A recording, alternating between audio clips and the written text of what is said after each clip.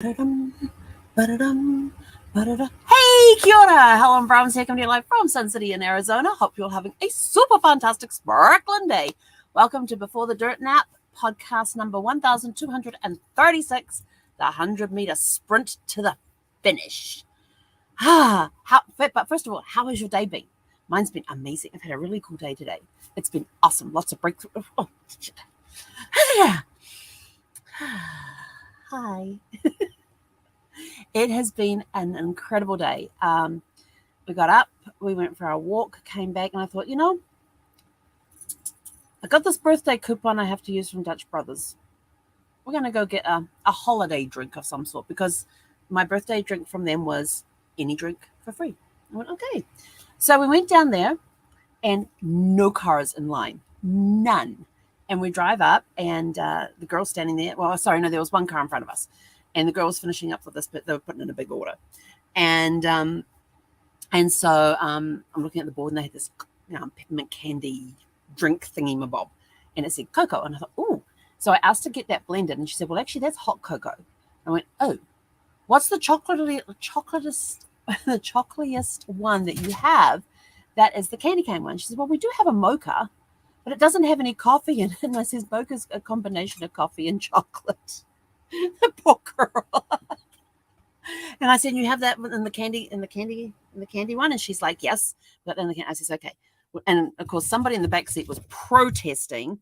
I said, and please make sure you add a pup cup to the order. Protesting from the back seat. I turned around and I said to Zephyr, your pup cup has been ordered.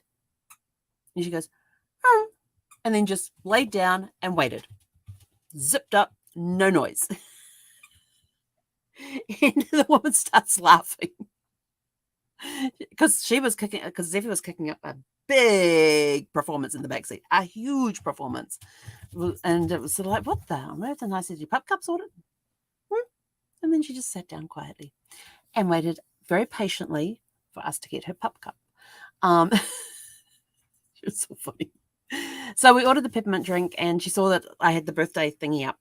And she goes, oh, well, congratulations. She said, oh, well, happy birthday. And she goes, when was your birthday? So it was a few days. It was just over a week ago. And she's like, oh, well, happy belated birthday. I said, thank you very much.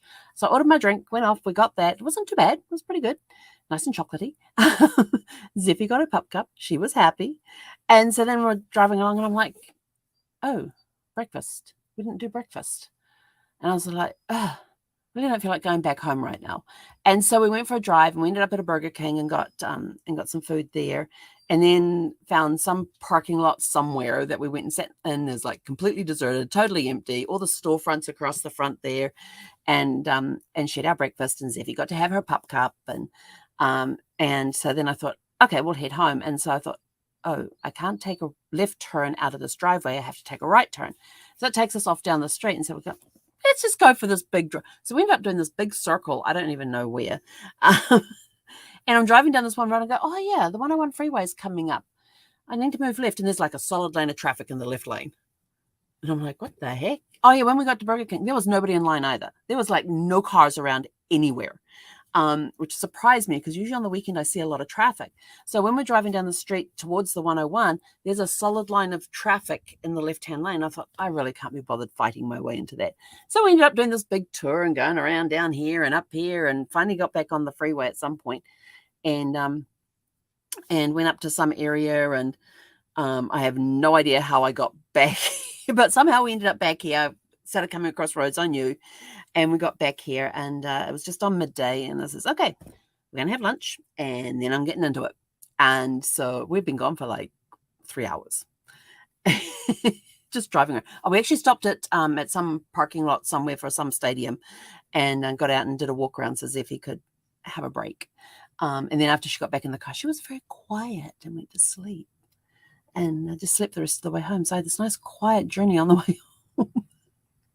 Because after a pup cup, we got a little vocal again. But got back and thought, okay, get lunch, sit down, let's knock this thing out.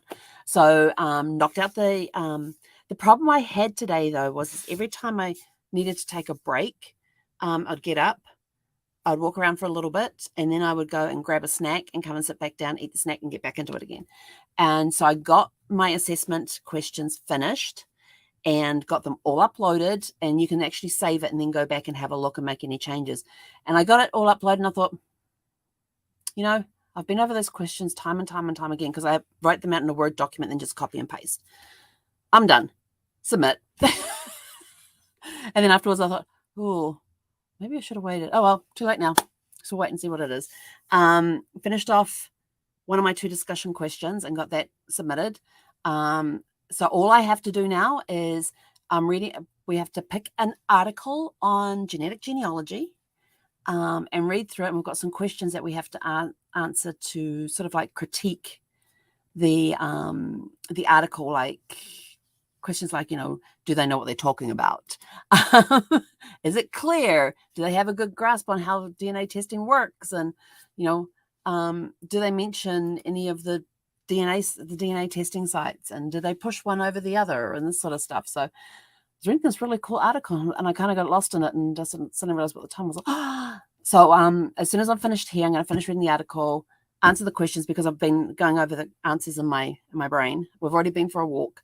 Been going over the answers in my brain already on how I can answer some of the questions. And there's a couple I've got to go back and just double check for, just like read through again. I think I've read it through. Yeah, I've got to finish reading it the first time. And then I'm going to go back and read it again with answering the questions this time. But yeah, we're on the 100-meter sprint. And then once I get that discussion question in, I am almost done. I'll be at the 20-meter line at that point. Got 20 meters left to go as soon as I submit this article.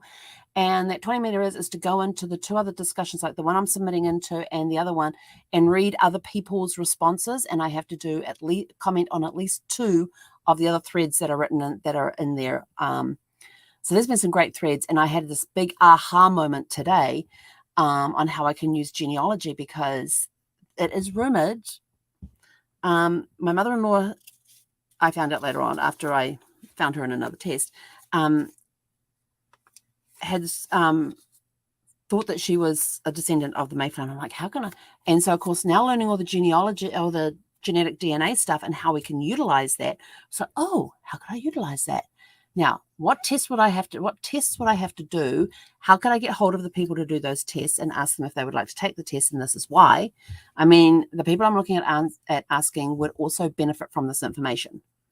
And so I'm like, maybe we could go do this. We could go do that. And so I had this little aha moment. And then, of course, that aha moment led to another one. So like, well, if I can do it for that, I can also do it to prove this. And if I can do it for that, I can also prove this, this, this, and this. So I have, in the tree, I have a lot of information in there. And I'm kind of like, there's a couple of people that are in one portion of the tree in order to prove this particular linkage. There's one person, and it's not to do with the Mayflower, it's a different branch. There is a couple of people in there that I'm sort of like, I'm not quite sure if they're the right people in there, but if we use genetic genealogy, we could maybe prove whether or not they are the right people. So genetic genealogy and regular genealogy. So regular genealogy is, you go, you find the birth certificates, death certificates, marriage certificates, you find the deeds, you find the titles, you find the voters' records, the census records, all the paperwork stuff. The genetic, and so then you have your family tree. The genetic genealogy overlays the family tree. So the paperwork genealogy shows the relationships. The genetic genealogy overlays the family tree and shows the genetic connections in there, and that have contributed to the person's DNA that you're looking for. So if you're so for my tree, she's found another noisy toy. So for my tree, if I did a genetic DNA tree, what have you got now? Oh, you got Santa's cookie jar. Remember I had that one? Release. Steffi, release. Release. Release. Thank you. It's crinkly. So this is the cookie jar that those little cookie things come in, and there's a lid that goes on top of this. It's very crinkly and very noisy, and there's no squeaky thing in it. So I can take myself and I can take my genetic DNA along, and if I'm not sure if my brother's done it yet or not, but if I can get other members of my family that are close to me, especially a male that can do the Y DNA, because the Y DNA is only passed from father to son, father to son, father to son. It never goes into the female. So if you need to prove your paternal line, you need to find, in your female, you need to find somebody with Y DNA. So you need to find a brother, an uncle, a father, a grandfather that can take that Y DNA testing so you can prove the paternal line, and get a bigger picture. And so you end up using, and so I can take all the information from the genetic DNA, overlay it over the regular DNA, the regular genealogy family tree that I've done, and that proves that shows who has contributed to my DNA.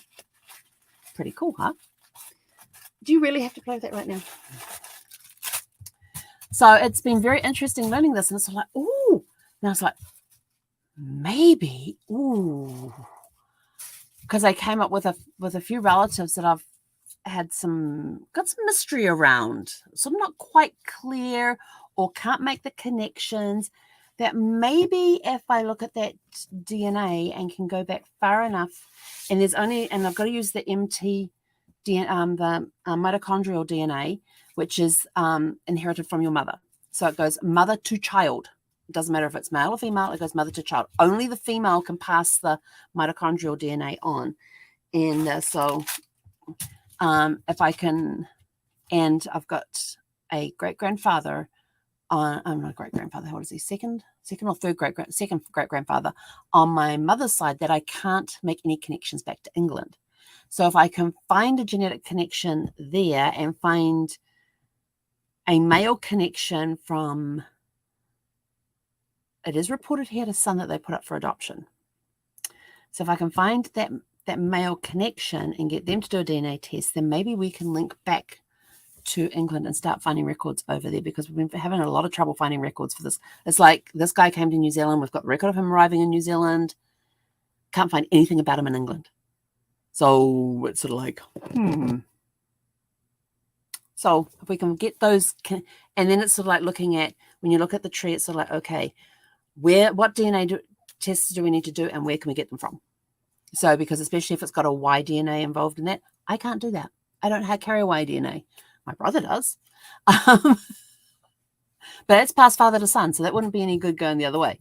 But, it's just interesting how it all works and goes together. Oh, now she's bought me a cookie from the cookie jar. There's 3 of these things. There you go. She's in play mode, big time play mode. She's been good today. So it's kind of interesting now that I've got the genealogy map laid out to now go and find the genetic connections that would overlay that map, so you can see who donated DNA to your family tree. So that's my next project. So I'm out of here. I got to go finish finish typing up the questions for this discussion question and get them posted, and then go make 4 comments, minimum 4 comments. I might find some other ones I might want to comment on as well. And then I'm done. So the finish line is, I'm into the last 100-meter sprint. Anyway, I'm out of here. I'm going to go sprint for the finish line. Have a super fantastic sparkling evening. We'll catch you back here. Oh, and then I'm not going to get my results until at least possibly Saturday, because they're not going to release any grades until everybody has been graded. And of course, the instructor and her facilitators all have to manually grade every assessment, because they're all short answers. There's no multiple choice. They can't.